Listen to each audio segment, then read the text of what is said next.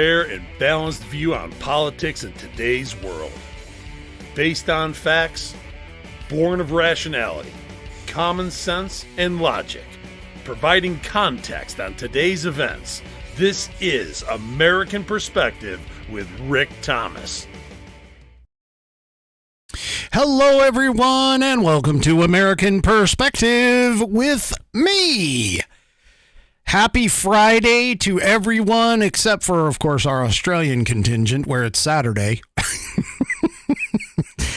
That international dateline screws with everything. Anyway, so we've had 24 hours to absorb the absolutely awful and unprecedented news yesterday. And I've got to say, for me personally, I'm no longer necessarily angry. I mean, I still, it still stings to know that there is a group of individuals out there who have nothing more than hatred. Now, reports have come out that there was 8 of the 12 on the jury that absolutely hated Donald Trump, even though they'd never met the man. That they absolutely hated him. I don't understand that. I honestly don't. Well, actually, I take that back. Yes, I do. I do understand it because, frankly, if anyone in my history is even close to a person that I would hate, it would be Joe Biden.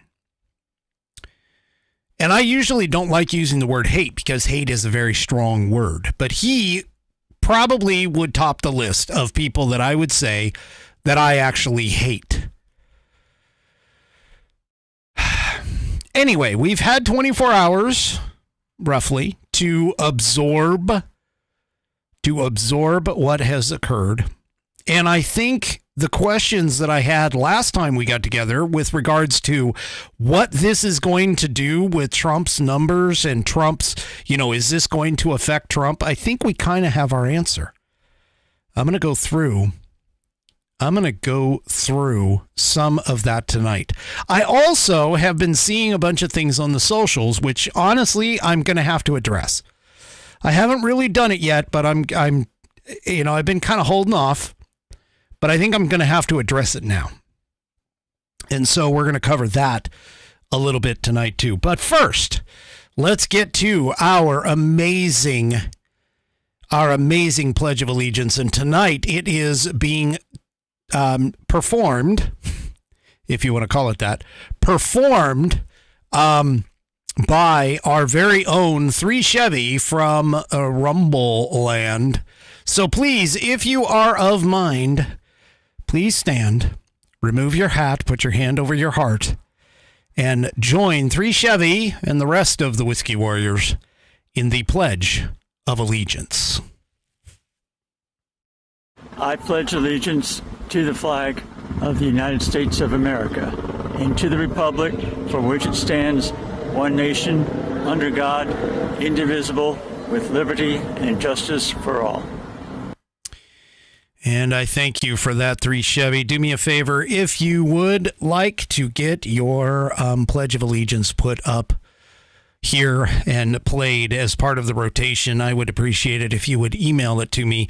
Record yourself saying it and then send me the audio file at the email address of fans, FANS, at AmericanPerspective.online. That's fans, FANS, at AmericanPerspective.online.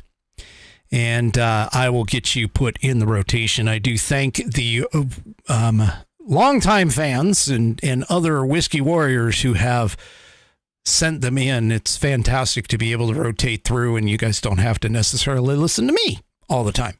Say it. It's not like I don't talk enough as it stands. All right. So let's take a second and just, okay, now that we know the outcome of this sham bullcrap trial, Now that we know the outcome, we can now, there isn't any unknowns. There isn't any anxiety of the unknowns anymore. We know now that our justice system, 100% for sure, has been weaponized against Donald Trump. We also know 100% for sure that this is probably not going to hurt Donald Trump. And how do I know that? Well, remember last night after the verdict was reached, I told you that his fundraising site crashed. Well, it turns out that DonaldJTrump.com, that's right, DonaldJTrump.com, which, by the way, I donated this morning. As soon as I got up, I was able to, I went ahead and jumped on and donated to the Donald Trump campaign. And I highly suggest, if you have the ability, even if it's just $1, even if it's just $5, just donate. Because earlier this morning, they were talking about the small donations. This is not talking about large donations, but the small donations came out in about 10 hours, reportedly, close to $35 million. In 10 hours, they received $1 million, more than $1 million, for every single count that they called him guilty on. And I just saw that in the last 24 hours, the site is reporting that he has gained a whopping $50 million in donations. That's $50 million in 24 hours.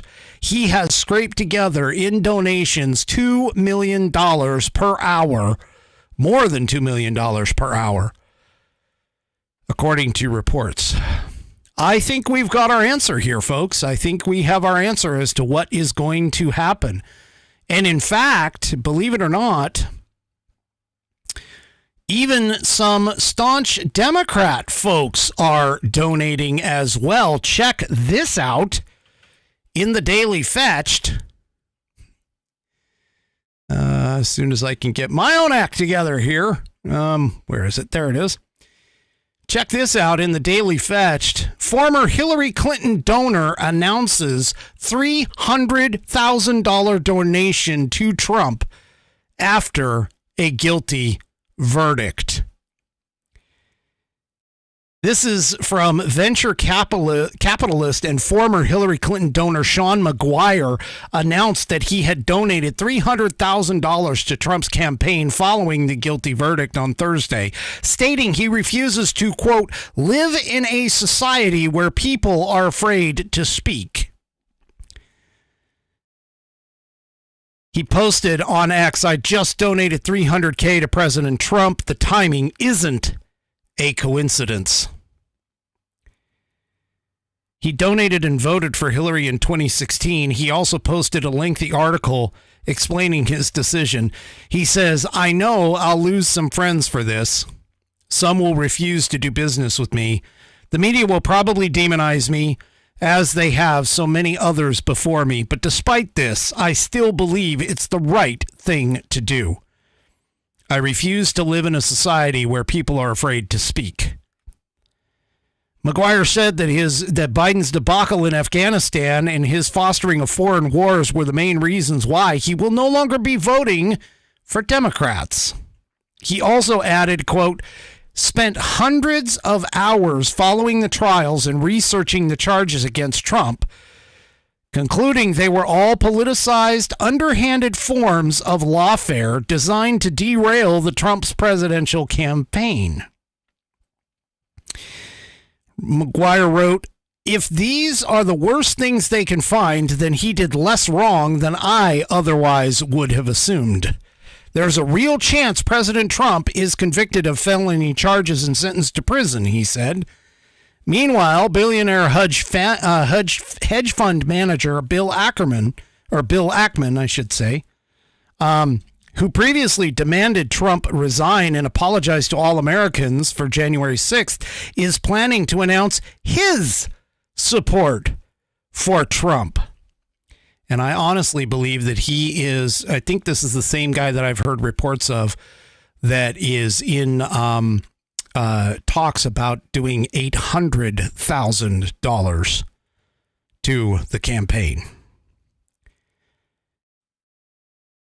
I got to be honest with you. I think this was a wake-up call for a lot of people.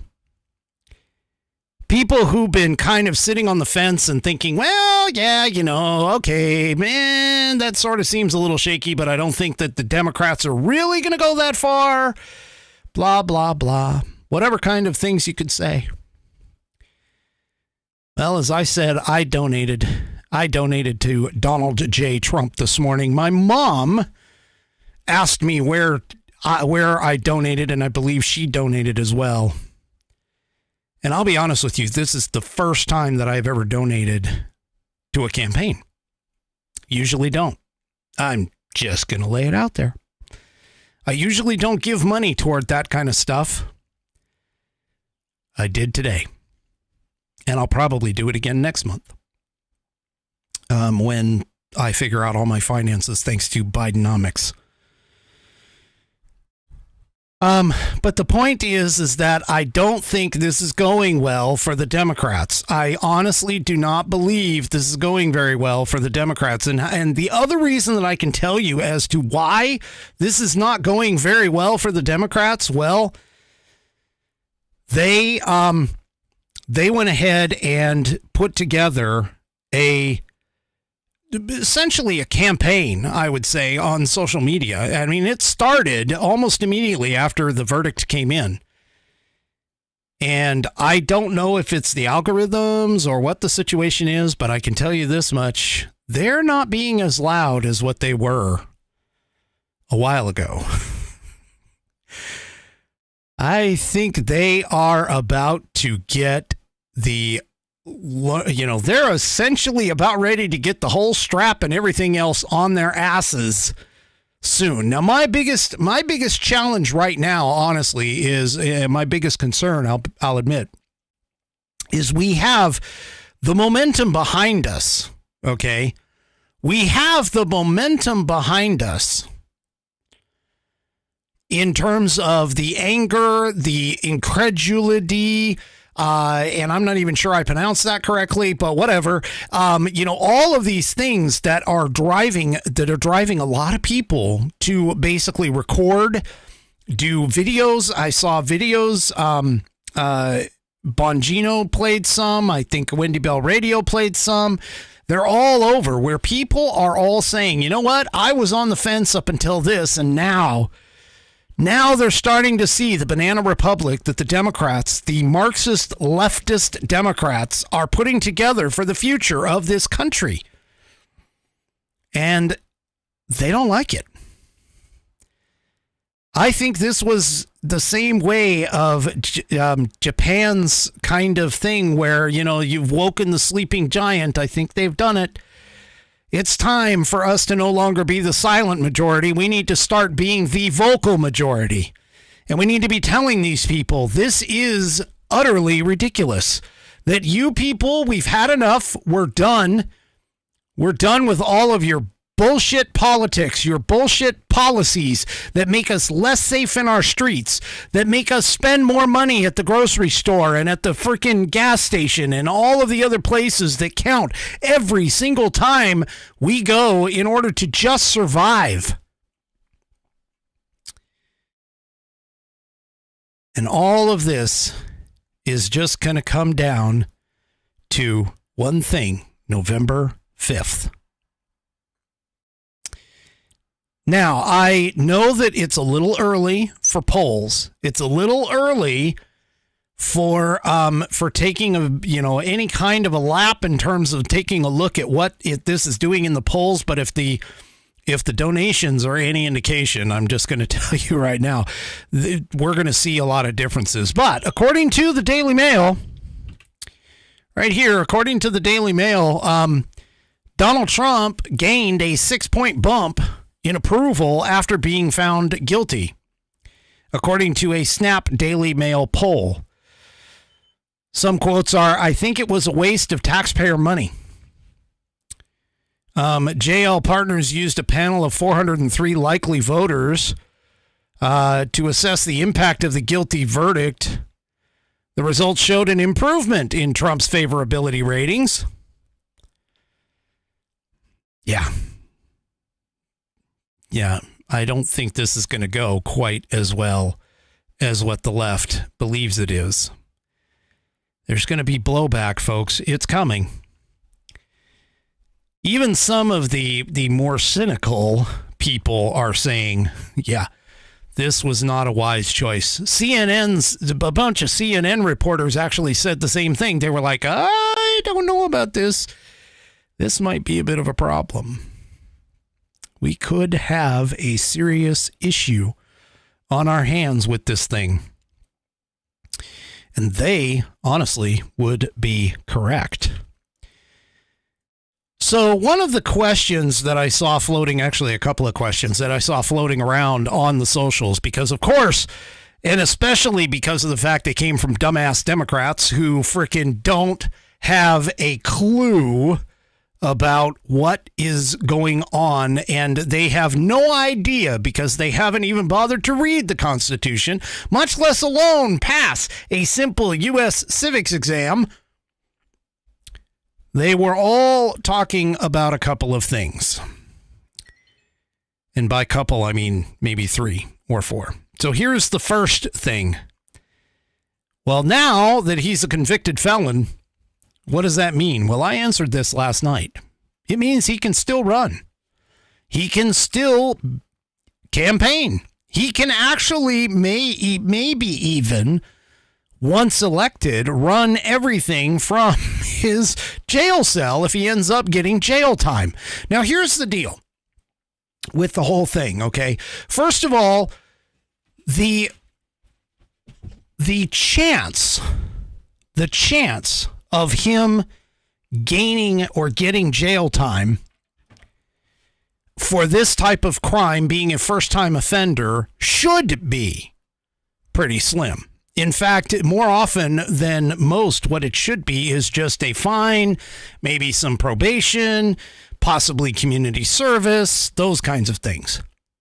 But I am not betting on that at all, folks.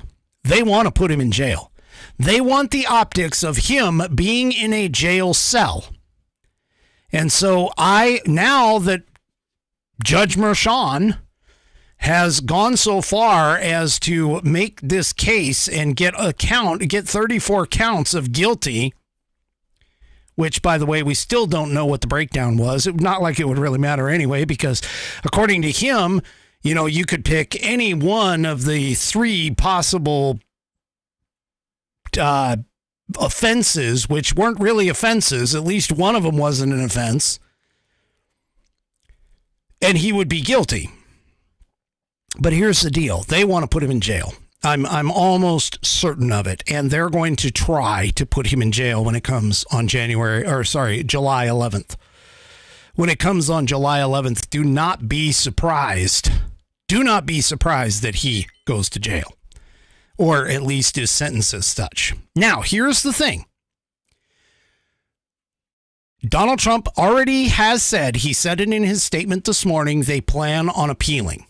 Now, the way that I understand it works in New York is that he can go to the appellate court, ask for an expedited hearing, and can also ask the appellate court to hold off on any kind of sentence that he is given until after the appeal is complete. So theoretically, if he gets jail time, what he could do is, and provided, of course, that the appellate court grants that suspension of his sentence, he may not actually spend time in jail for this. That would be nice. That would be good. It would be nice for him to come out that way.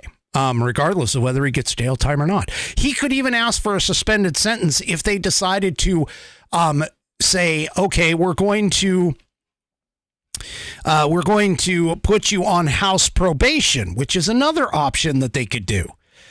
Judge Merchan could honestly say, well, we're going to put you on house arrest for, X months, 4 years, whatever it is, where you can't go anywhere outside of New York, in which case he could also ask for that suspended sentence. And all of this, of course, is going to occur after July 11th. Now, there was a question asked last night, and unfortunately, I don't see the person who asked it, whether or not the gag order was still in effect. It sounded like it was based on the way that Trump was talking this morning during his press conference. So my guess is that, yeah, the gag order may still be in effect for the trial, which, again, is unconstitutional. He already appealed it, by the way, and it's being considered, I think, up at the appellate court. So we'll see what happens with that. Another question that came out of this whole thing is whether or not Donald Trump, as a convicted felon now, whether or not he can actually vote in his own election. And so here's how this works. Okay, Donald Trump is a resident of Florida. Florida state law allows for a exemption depending upon the laws of the state where he received the felony. In New York, as a convicted felon, but is not incarcerated yet, and this is the key, if he is not incarcerated, he can vote as a convicted felon in the state of New York, as long as he's not incarcerated.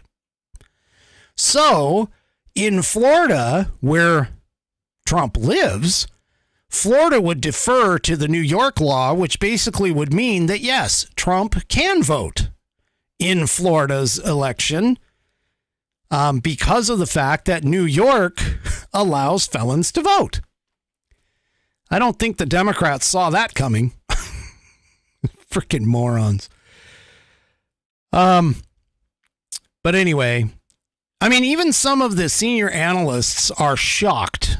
CNN senior legal analyst Ellie Honig said that most Class E felony convictions, which is exactly what this is it results in non-prison sentences, often a combination of probation, fines, and community services.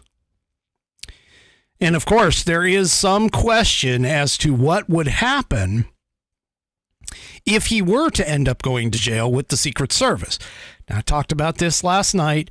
I showed you the law, which basically allows that the Secret Service can exempt a certain area of the prison and for his protectees. But that's provided, of course, that they want to go down that path and actually enforce that law or try and get it enforced, basically, which honestly, I mean, again, I don't know. That kind of depends on if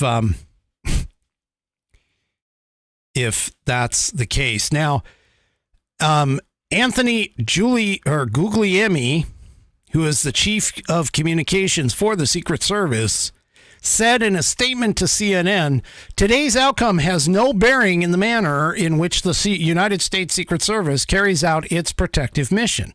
Our security measures will remain unchanged. So, yeah. Now, there's that. So at least it's starting to sound like the Secret Service is actually not going to shirk their duties in any way, shape, or form, as far as that goes. Now, another question that came out was because of the fact that, hey, he's a convicted felon. He can vote depending upon the law, the way the laws are set out. As long as he's not incarcerated, he should be fine. But this one moron over on X was like, oh, he can't be president now. And I responded and I told him, I was like, wait a minute.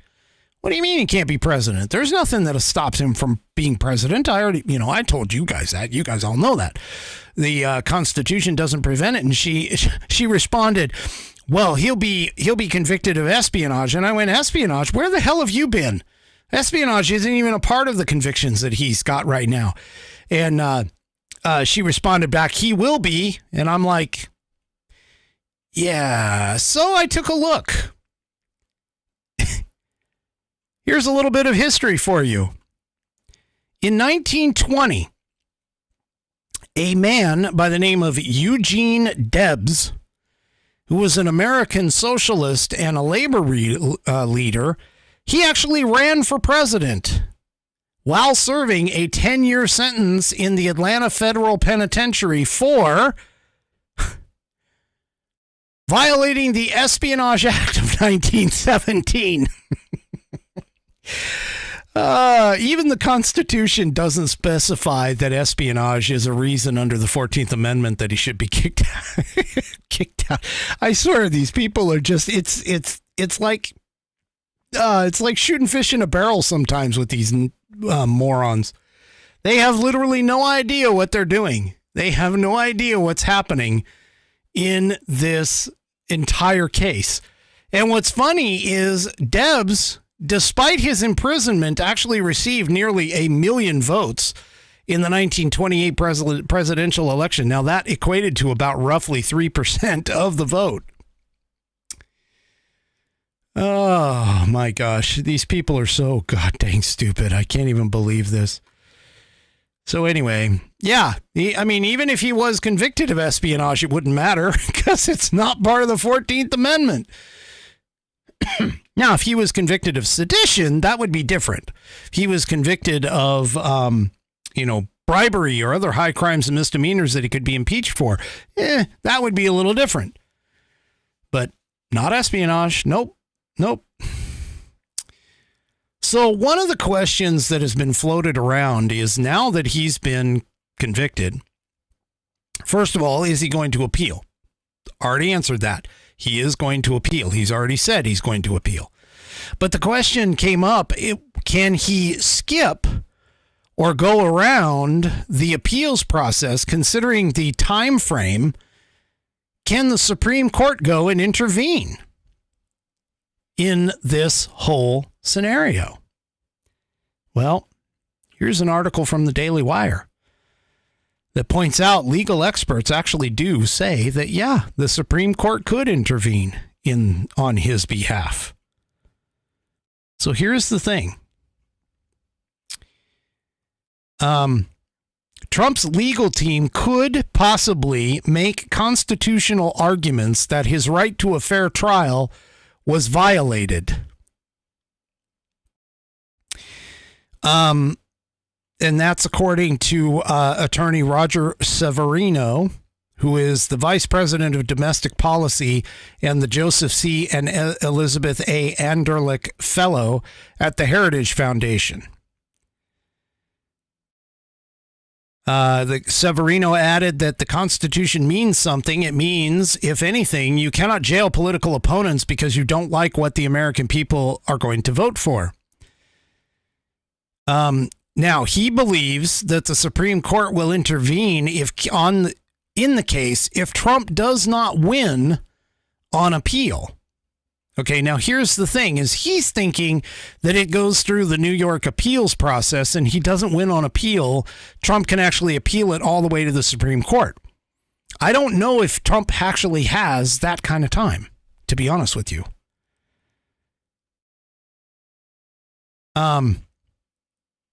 But again, we're dealing with something unprecedented in the whole thing. Now, Mark Levin also wrote about the possibility of the Supreme Court ruling on Trump's guilty verdict. Now, here's the thing, is that Mark Levin talked about it last night on his program. If you get the opportunity, and he talked about it in the first half of his program, if you get the opportunity to listen to that, he makes a pretty decent case for using the Bush v. Gore case, which, for those of you that are not old enough to remember Bush v. Gore, that was the case of the, quote, hanging chads in Florida. And what happened there is the appellate case went up to the Florida Supreme Court, and the Supreme Court, the United States Supreme Court, intervened, stating that the 14th Amendment Equal Protections Clause was being violated by the Florida Supreme Court. And so they intervened on behalf of the Bush v. Gore and case and actually ruled for George Bush, which is why a lot of people are saying that, and this was in 2000, a lot of people are saying that Bush, Gore should have won and Bush didn't win and so on and so forth. And the Democrats are still chapped about that, by the way. They're still chapped about it. But Mark Levin, who, by the way, was has gone to school and was a lawyer, actually worked in the Department of Justice under the Attorney General during the Reagan era. He basically says that he's surprised that the TV lawyers and others talking about Trump's conviction ignore a federal path to the Supreme Court. He says the issue is how to get out of the New York system and bring the case to the Supreme Court, which may or may not take it up. Let's be honest. It may or may not happen. The Supreme Court might decide just to pass on it and say, you know what, we don't even want to be a part of it. Okay, but this is why he talks about looking at Bush versus Gore, where the Supreme Court decided to step in because it was a presidential election. There was, and he goes on about talking about the Florida Supreme Court and how the U.S. Supreme Court believed that the Florida Supreme Court was violating the Equal Protections Clause.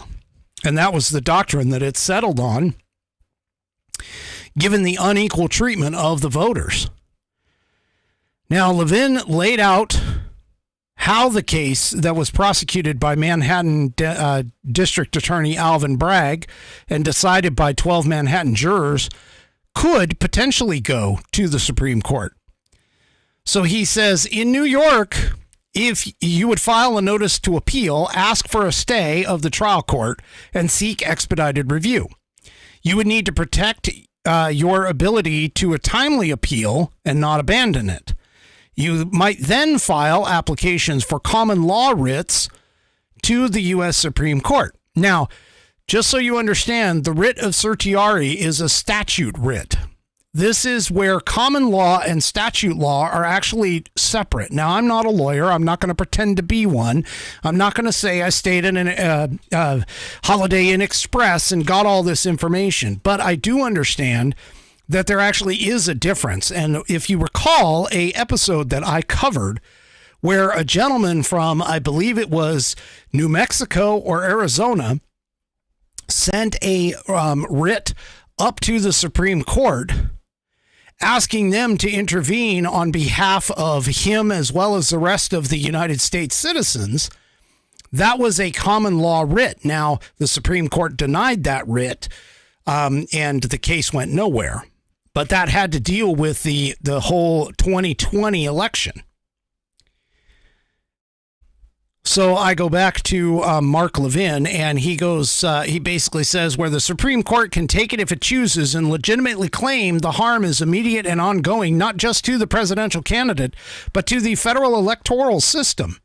The federal campaign jurisdiction, which is reverse federalism, and this is one of the arguments that he is making, that Alvin Bragg, by bringing a case against Donald Trump and saying that one of the reasons that it was a felony, because remember there were three separate things that the jury could figure on.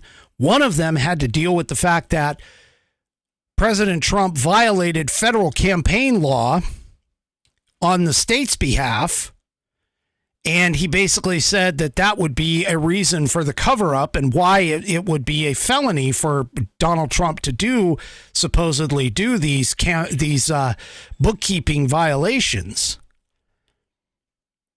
But that is a case of reverse federalism, where the states would actually override federal law. Because, again, the FEC and the DOJ already took a look at this and passed it, said there was nothing there. So by Alvin Bragg going after Trump for that particular violation, and him being supposedly, because it's a unanimous verdict, regardless of which one of the three laws or any combination of the three laws that Donald Trump supposedly broke, Judge Merchan called it a unanimous guilty verdict. Okay. Well, Trump could legitimately claim that harm is immediate, and the precedent that might otherwise be set and spread throughout the country would be the fact that he was denied due process, and that denial of due process infected every aspect of this case. And so the Supreme Court could potentially intervene on that behalf. Now, again, I'm not a lawyer. I'm not going to pretend to be one, but that sounds like a pretty compelling argument to be made to where the Supreme Court could actually step in on behalf of Trump for this case. And wouldn't that... And now, keep in mind that if the common law writ gets provided to the Supreme Court, 4 of the 9 justices would have to agree to that. Well, I was talking to Stephen Stiles before I came on the program and before I went live, and he essentially was saying that, hey, what are the Supreme Court justices? He goes, we start off with Amy Coney Barrett, Brett Kavanaugh, we have Gorsuch, we have Thomas, and we have Alito. So that would be 5 right there. We only need 4 out of the 5 to really get it. I don't count Roberts because, let's be honest, Roberts is a freaking wishy-washy butthead anyway. But still, the point being is that there are some angles of attack that could be made here in order to resolve this situation, this sham trial, this bullshit trial, and this bullshit verdict that could go Donald Trump's way. So we're not out of the woods yet here, folks, but we've got some avenues of attack. We have options. We have opportunities. And we have potential ways to, or at least Donald Trump has some potential ways to get around some of the lawfare that he's dealing with. Now, just so you know, there is an extensive post that Mark Levin posted on X that goes through a lot of what I just told you. So if you have any interest in reading it, I did include it as a part of the description within the videos on YouTube, Facebook, Rumble, and on X. You can go and check all of those out. All right. So one thing that I'm getting a little tired of and that I really didn't want to talk about because, frankly, I didn't think it was that important.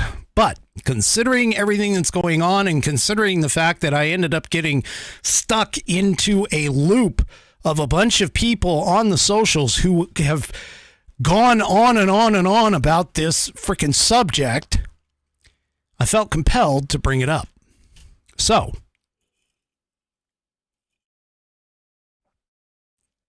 here's how it goes. There were a bunch of accounts that all started talking about Trump and how they can't understand how evangelicals and Christians could bother to vote for Trump. Now, keep in mind, there is an obvious elephant in the room with Joe Biden in terms of the fact that Joe Biden has his daughter who is telling us essentially that she was molested by way of her diary. So that is fact check true, jackasses. We have evidence of Joe Biden doing all kinds of things illegally and unethically with classified documents and payments from foreign entities and peddling influence because he was a high level government person or whatever.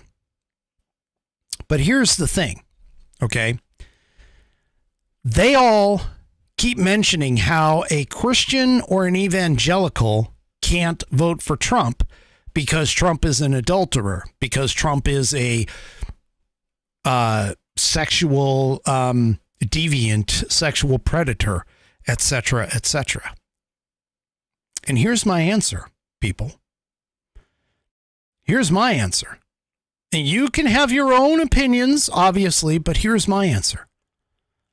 I'm not voting for Trump because of his spiritual cleanliness. I'm not voting for Trump because he is my spiritual guidance and my spiritual leader. I'm not voting for Trump because the man is completely perfect and sinless. In fact, there are several people in the Bible who were used by God who were all sinners. Because that's what we are, is we are all sinners. And here is just a few of the more well-known ones. Well, we have Eve, who created the first initial sin in the beginning. She was the very first human to sin. And yet God used her as the mother of all of us. We have Moses. Moses was an actual murderer, but he was chosen by God to leave the Israelites out of slavery in Egypt. We have David, King David. He was a sinner, committed adultery with Bathsheba, and had her husband Uriah, however it's pronounced, killed. Yet God chose him to be the king of Israel and used him to write many of the Psalms that are a part of the Bible. We have Mary Magdalene, who was also a sinner, who was also possessed by 7 demons, but Jesus freed her from those demons and used her to spread the good news of his resurrection. We have Samson, who was a judge of Israel and was known for his strength, but he also committed adultery and was used by God to deliver the Israelites from the Philistines. Folks, if you are sitting here looking at Donald Trump and expecting him to be your spiritual leader, then on that note, I'm going to say you're wrong. But we are not voting the man in because of his spiritual prowess and aptitude. We are voting him in to save America, to do a job just like any one of these individuals in the Bible. And by the way, there is a much longer list than that. But the point here that I'm trying to make is, if you're a Christian who talks about how, he slept with a porn star, or he slept with somebody else, or he, talks vulgar language, and as a Christian, I can't do this. Well, I'm sorry, but you're looking at it, in my opinion, you're looking at it in the wrong way. I'm not looking for Trump to be the next spiritual leader. I'm not looking for him to be the Pope of the Catholic Church. I am not looking for him to provide me guidance on how to get closer to God. But what I am looking for him to do is be a leader of men, to be a leader in a time of need here in the United States, a leader in the time of America's decline, to right the ship and bring us back to where he was. I've told you, and I've never made it any clearer on this program. To me, Donald Trump as a person is just absolutely disgusting in my view. But as a policymaker and as a leader of the country, he has a lot of damn good ideas. And he has the track record now after 4 years of getting things done that are positive for the country. And I want him to save this nation. I don't want a old oatmeal brains geriatric who potentially fondled his daughter, at least showered with her when she was 11 years old. God knows what was happening there. Scared her bad enough, she said that she would wait to shower until after 11 p.m., which just makes you wonder exactly what the hell went on in that shower. But I certainly don't want him there. A fake Catholic who says that he is a devout Catholic and yet is for abortion, is for homosexuality and other things. That's not what I'm having him be. That's not what I'm looking for in a leader in Trump. And I'm certainly not looking at Biden because Biden is weak. Biden is stupid. Biden is a danger to this republic. He spits on the Constitution every time he turns around. And I absolutely get irritated more than anything when I see veterans who say that they would never vote for Donald Trump just because they feel that he possibly could maybe be a quote-unquote dictator. Well, I hate to tell you, folks, we had 4 years of Donald Trump where he never stepped across that constitutional line, and we've had 3 years of Biden, who has probably been the most overturned by the Supreme Court due to constitutional issues in the last 3 years than just about any modern president in my memory and lifetime. And he continues to basically flip off the Supreme Court and laugh about it in his speeches with regards to what's going on. I'm not here to debate Donald Trump's ability to be or be considered a good Christian or not. In fact, I'm not even here to sit in any kind of judgment on the man's life. That's entirely between him and God. But what I expect is that Donald Trump is going to be the leader that this country needs, a leader who can bring us back to the constitutional boundaries that we were originally founded on, to bring us back to the principles and the guidance that America was founded on, to bring us out of the darkness of the deep state blob bureaucracy bullshit that we have going on right now. That is what I expect Donald Trump to be able to do. And whatever happens in his own personal world, that's entirely up to him. And as I keep pointing out to people, JFK, who was the darling of the left, was a consummate adulterer. Known for sleeping with several women in the White House, having them snuck in for his pleasure while being married to an absolute wonderful woman. If we were to sit here and to say that part of our requirements for political office was to have these people run a seriously perfect life,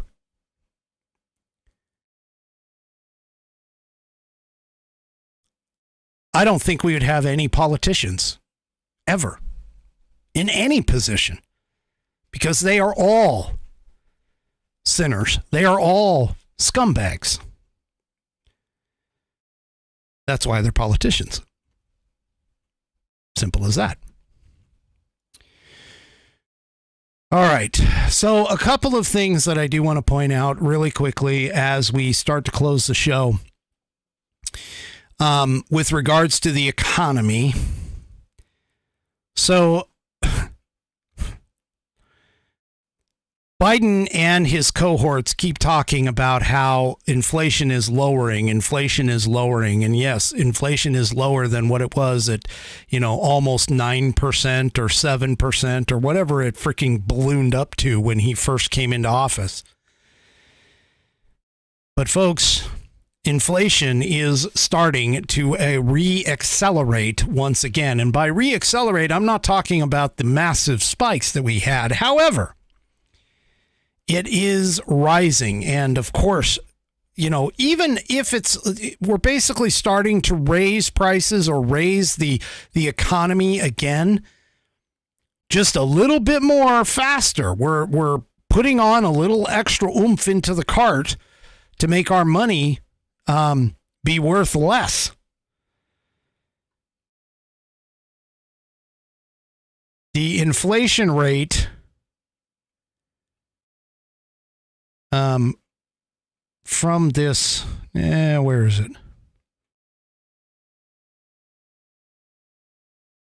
Okay, so I don't see the actual inflation rate. Oh, there it is. The inflation rate rose by 0.3% last month. So inflation is stubbornly somewhere between 3 and 4%, still above the central bank's 2% target. We're just going up at a little bit more of a pace. We're not losing anything. We're not losing anything, folks. And if they keep saying, every time I hear a Democrat say inflation is dropping, it actually isn't. We would have to have negative numbers, a negative inflation rate in order for inflation to be dropping. Now, keep in mind, 2% is actually a 2% rise year over year is actually baked into the cake. Donald Trump had it at 1.4% when Biden took over. So as of right now, PCE, which is Personal Consumption Expenditures Price Index, was actually has risen 2.7% since April of last year, annualized. Core inflation has increased by 2.8% annualized. And that's based off of all of this. Now, they kept talking about the Fed was going to cut interest rates and so on and so forth. Yeah. I don't think that's going to happen. And a lot of people who are much more in the know than I am are basically saying the exact same thing. That as long as these numbers keep going and keep advancing, nothing is going to make the Feds decide to rate cut, even though they want to. It's harder and harder for them to get the case that they have the ability to go ahead and rate cut. So, yeah, again, Biden is being dogged by this, and he needs to be. He absolutely needs to be. This is all his fault for it. I mean, even fast food at McDonald's has acknowledged that its menu prices have risen close to 40% since 2019. And the cost of everything in terms of essential items, utilities, food, etc., have become prohibitive for many American consumers. And they wonder why we, as the standard Americans, don't buy into the whole elite saying the economy is fantastic. Because it's not. Not even close. Now, by the way, there was a number released for the first quarter GDP. Now, for those that don't know, that's gross domestic product. Basically, what that means is that is a percentage number based on the amount of goods produced and sold. The idea is that when you have a 3 or 4% GDP, that 3 or 4% GDP, that we're actually doing quite well. I mean, I would like to see it bigger, but here's the thing. So the first quarter of 2024 was put out as a 1.6 GDP. Now, this was actually lower than what it had been in even 2022 and 2023. We had, 2 to 3% GDP during that time. But as with anything the Biden administration puts out, they revised the number. What a surprise. Here in the Daily Caller, U.S. economic growth in the first quarter was even worse than previously thought. So they revised the number downward from 1.6 down to 1.3 in year-over-year GDP, in a sign that the economy is not as strong as initial estimates indicated, according to a release from the Bureau of Economic Analysis. Economists originally expected growth in the first quarter to be around 2.2%, more in line with the above trend growth seen in the third and fourth quarters of 2023, which were 4.9 and 3.4, respectively. The revision was due to new information that shows that consumer spending, private inventory investment, and federal government spending were lower than initial estimates. Now, keep in mind, that's what they run GDP off of. Keep in mind, private inventory investment, consumer spending, and federal government spending. That's what's been driving us since Biden came into office. I actually think those percentages that we had in 2023, the 4.9, 3.4, and stuff, all of that was driven by the spending that Biden was doing. And now that the spending has slowed and actually kind of stopped, thanks to the House being in control of the Republicans, it's made it to where now we're actually seeing the true number of GDP, not the bullshit number that the Biden administration keeps pushing on. Now, disappointing GDP reports, this back to the piece, disappointing GDP reports have spurred fears that the economy is entering a period of stagflation, marked by slow economic growth and high inflation. Inflation measured at 3.4 year over year in April, staying stubbornly above the 3% since it peaked under Joe Biden at 9% in June of 2022. Now, Jerome Powell pushed back against speculation that the economy is undergoing stagflation following the Fed's May meeting, pointing to low unemployment and decelerating inflation. Biden has also tried to downplay the state of the economy, particularly inflation, blaming corporate greed, which we all know is not the case. Yeah, and prompting the Fed Bank of San Francisco to disprove that claim by comparing historical trends. So there it is.